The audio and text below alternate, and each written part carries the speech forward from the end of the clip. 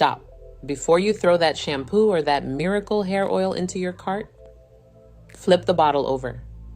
Because I promise you, the marketing on the front is not what's going to determine whether your hair thrives or struggles. It's what's listed on the back. And today, I'm showing you exactly what to look for. I used to be that person who bought products based on packaging, influencer hype, or a big 4 damaged hair label.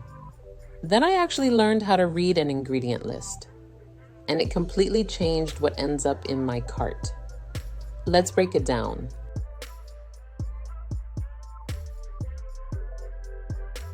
How ingredient lists actually work. Here's the first thing you need to know. Ingredients are listed in order of concentration, from most to least.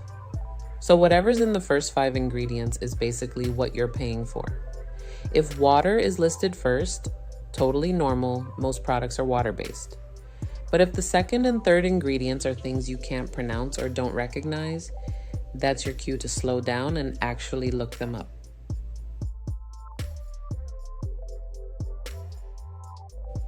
Red flags to watch for. Let's talk about the ingredients that tend to cause the most problems, especially depending on your hair type. Sulfates, specifically sodium lauryl sulfate. These are strong cleansing agents that can strip natural oils.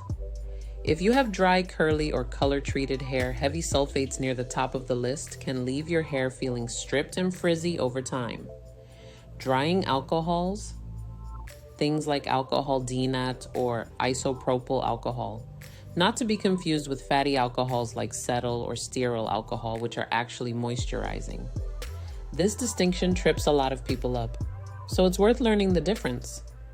Silicones without a way to wash out, non-water soluble silicones like dimethicone, can build up over time if you're not using a clarifying shampoo occasionally. That buildup is often what causes hair to feel weighed down or product resistant, even when you're using good products. Fragrance and added dyes, not harmful for everyone, but if you have a sensitive scalp or you've noticed itching or irritation after switching products, fragrance is usually the first ingredient to eliminate. What to actually look for. Now the good stuff. Here's what you want higher up on that list. Humectants, like glycerin or hyaluronic acid.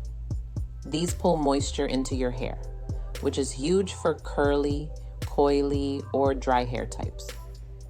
Nourishing oils like argan oil, jojoba oil, or coconut oil, depending on your hair's porosity. These help seal in moisture and add shine. Proteins like hydrolyzed keratin or silk protein. These are great for strengthening damaged or overprocessed hair. But if you're already protein sensitive, too much can actually make your hair feel stiff or brittle. So this one really depends on you. pH balanced formulas.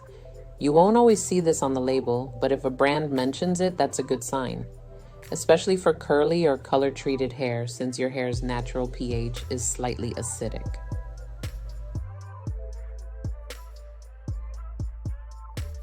The Porosity Connection, here's the piece most people miss.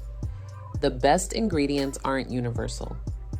What works for low porosity hair can completely backfire on high porosity hair, and vice versa. If you don't know your hair's porosity, that's genuinely step 1, before you even start reading labels, because it determines whether you need lighter, humectant-heavy products or richer, oil-based ones.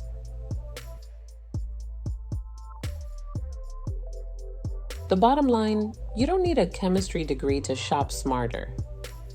You just need to know your top red flags, your top favorites, and your own hair's needs. Once you start reading labels instead of front of bottle claims, you'll notice something wild. A lot of expensive products have nearly identical ingredient lists to drugstore ones. That's money back in your pocket. So next time you're standing in the aisle or scrolling checkout, flip that bottle around first. Save this video for your next shopping trip and let me know in the comments. What's one ingredient you're going to start avoiding? Follow for more hair care breakdowns that actually help you shop smarter. Thanks for watching. Be blessed.